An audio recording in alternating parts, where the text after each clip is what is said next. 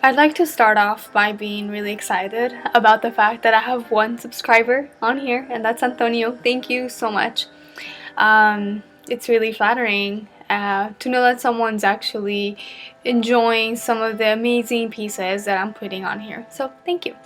And I also would like to say that I'm going to try to do a series, part videos of Franz Kafka's The Metamorphosis. And The Metamorphosis is a really seminal and important work of fiction in contemporary literature. And so that's why I want to kind of go all out and do the entire novella in different parts here on YouTube. So this is part number 1. And I'm reading from The Metamorphosis and Other Stories by Franz Kafka. And this is The Metamorphosis. As Gregor Samsa awoke from unsettling dreams one morning, he found himself transformed in his bed into a monstrous vermin. He lay on his hard armor-like back, and when he raised his head a little, he saw his vaulted brown belly divided into sections by stiff arches from whose height the coverlid had already slipped and was about to slide off completely. His many legs, which were pathetically thin compared to the rest of his bulk, flickered helplessly before his eyes. "What has happened to me?" he thought. It was no dream. His room, a regular human bedroom, if a little small, lay quiet between the 4 familiar walls. Above the desk, on which a collection of fabric samples was unpacked and spread out, Samsa was a traveling salesman, hung the picture that he had recently cut out of an illustrated magazine and put it in a pretty gilt frame. It showed a lady, sitting upright, dressed in a fur hat and a fur boa. Her entire forearm had vanished into a thick fur muff which she held out to the viewer.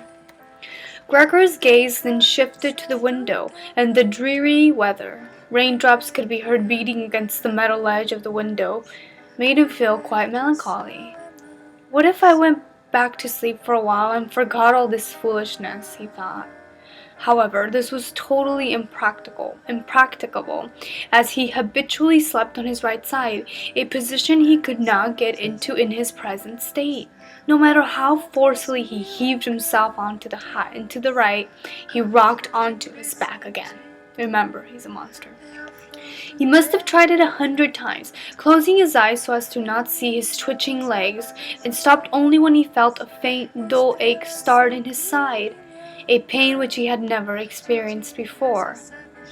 "Oh God," he thought, "what a grueling profession I picked, traveling day in, day out. It is much more aggravating work than the actual business done at the home office. And then with the strain of constant travel as well, the worry over train connections, the bad and irregular meals, the steady stream of faces who never become anything closer than acquaintances. The devil take it all." He felt a slight itching up on his belly and inched on his back closer to the bedpost to better lift his head.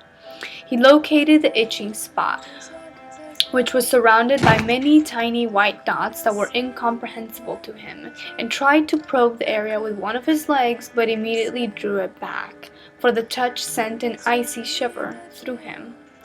He slid back into his former position. "This getting up so early," he thought, "makes you totally stupid. A man needs sleep. Other traveling salesmen live like harem women. For example, when I came back to the hotel late in the morning to write up the new orders, these men are still sitting at breakfast. I should try that with my boss. I would be thrown out on the spot. Who knows, however, if that wouldn't be for the best. If I were not holding back because of my parents, I would have quit long ago. I would go up to the boss and tell him my heartfelt opinion. He would be knocked off this desk. This, too, is a strange way to do things.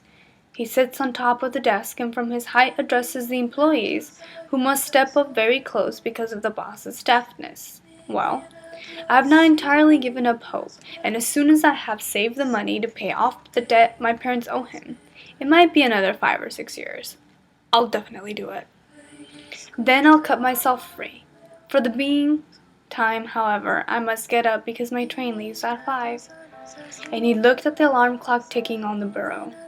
"God Almighty!" he He thought it was 6:30 and the hands were steadily advancing, actually past the half hour and already closer to 3/4 past. Did the alarm not ring? One could see from the bed that it was correctly set for 4 o'clock, and so it must have gone off.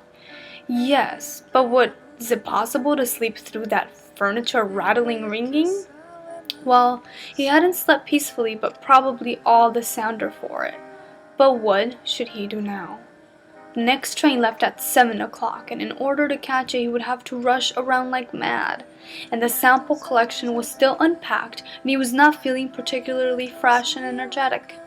And even if he caught the train, a bawling out from the boss was inescapable, because the office messenger had arrived by the 5 o'clock train and reported his absence long ago. He was the boss's creature, mindless and spineless.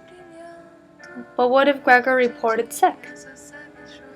This would be extremely painful and suspicious, as he had not once been ill during his 5-year employment.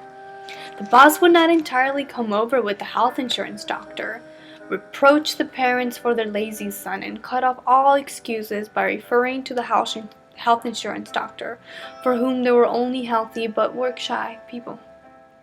And would he be so wrong in this case? Actually, Gregor felt pretty perfectly well, apart from a drowsiness that was superfluous after so long a sleep. In fact, he even had an appetite.